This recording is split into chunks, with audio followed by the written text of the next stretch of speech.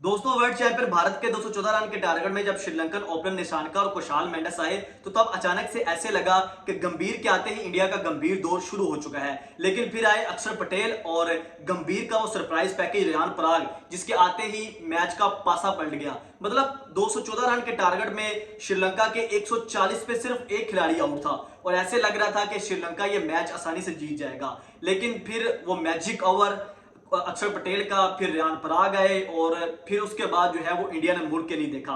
अगर शुरू से बात करें तो कहानी कुछ इस तरह से है कि इंडियन ओपनिंग आज भी जो है वो छाई रही, बड़ा जबरदस्त परफॉर्म किया। यशस्वी जायसवाल हमेशा से अच्छा खेलते हैं, लेकिन आज शुभमन गिल की इनिंग्स को यहाँ पे डिस्कस करना बड़ा जरूरी है क्योंकि इससे पहले वो इस इंटेंट से नहीं खेलते। आज उन्होंने 34 रन बनाए लेकिन 16 बॉलों पे 212 का स्ट्राइक रेट। जो यशस्वी जायसवाल आपको पता है ऑलवेज जो है वो अच्छे स्ट्राइक रेट से खेलते हैं। आज भी उन्होंने 21 बॉलों पे 40 रन की शानदार इनिंग्स खेली। लेकिन सूर्य कुमार यादव इंडिया के नए फुल टाइम कप्तान, लगता ऐसा था कि कप्तानी का प्रेशर आएगा, लेकिन वो भी रोहित शर्मा की जैसे निकले कि कप्तानी मिलते ही उनकी जो है वो इनिंग्स और शानदार निकल आई।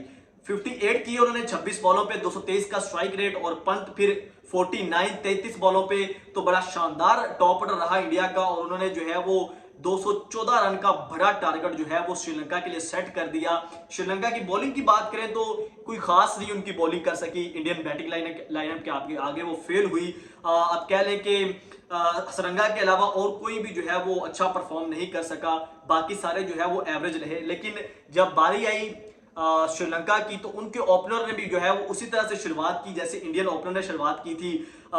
निशानका 79 रन 48 बॉलों पे 164 का स्ट्राइक रेट, कुशाल मेंडिस 45 27 बॉलों पे और परेरा जो है वो 14 बॉलों पे 20 140 थे और एक खिलाड़ी आउट था। तब ऐसे लग रहा था कि जैसे जो है वो सिंगल हैंडली वन शॉट मुकाबले के बाद श्रीलंका की टीम यह मुकाबला जीत जाएगी। लेकिन फिर 15वां ओवर के अंदर जब अक्षर पटेल आए तो उन्होंने जब दो खिलाड़ियों को आउट किया, उसके बाद जो है वो ऐसा कोलैप्स हुआ कि आपको बड़ी कम मिसाल मिलती है। उसके बाद जो है वो श्रीलंकन जितने भी थे वो 23 बॉलों पे 6 विकेट, अगले 23 रन पे जो है वो 6 खिलाड़ी उनके आउट हो गए और रेहान पराग ने जो है वो मतलब 1.5 से भी कम ओवर के अंदर 3 खिलाड़ियों को आउट कर दिया। एक नए ऑलराउंडर बन के उभरे हैं और उनके अंदर टैलेंट तो है, सब इंडिया के सब प्लेयरों के अंदर टैलेंट है। आपको पता है कि इनकी जो नई पूंछ होती है, जो नई पीछे से प्लेयर आ रहे होते हैं, वो ऐसे ही खेलते हैं जैसे इनकी पुरानी जो बड़ी टीम होती है।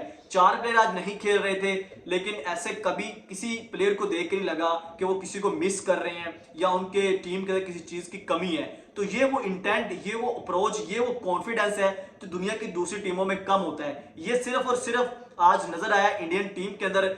लीडरशिप थी जो सूर्य कुमार यादव की, वो बड़ी शानदार थी। कप्तानी मिलने के बाद उनके ऊपर कोई प्रेशर नहीं आया।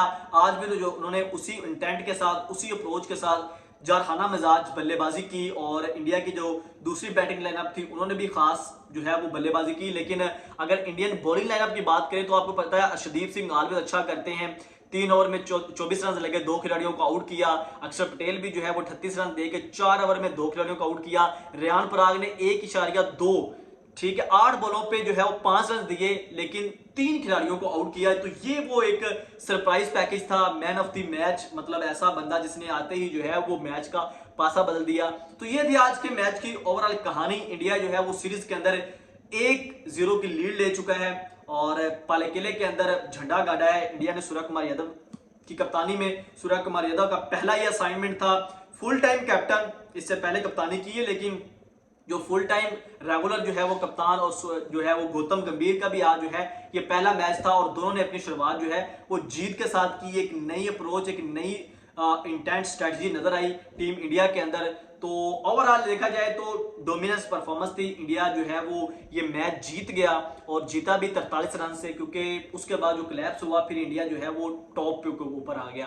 तो दोस्तों ये थी ओवरऑल परफॉर्मेंस। आप लोगों को क्या लगता है कि मैच का हीरो कौन था और श्रीलंका से कहां पे गलती हुई और अगला मैच आपको लगता है कौन जीतेगा? क्या श्रीलंका जो है वो कम बैक करेगा या इंडिया जो है वो 3-0 से ये सीरीज जीतेगा? श्रीलंका जो है वो अपने होम ग्राउंड पे इतनी कमजोर भी नहीं होती और स्पेशली जब पालेकिले के अंदर खेल रहे हो तो वो बड़ी जो है वो अपनी पिचेस के ऊपर जो है वो काफी ज्यादा स्ट्रॉन्ग टीम होती है श्रीलंका। तो क्या लगता है वापसी होगी या नहीं होगी? कमेंट सेक्शन में अपनी राय का इजहार जरूर कीजिएगा। इसी के साथ शहरोज अहमद को इजाजत दीजिए। अल्लाह हाफिज।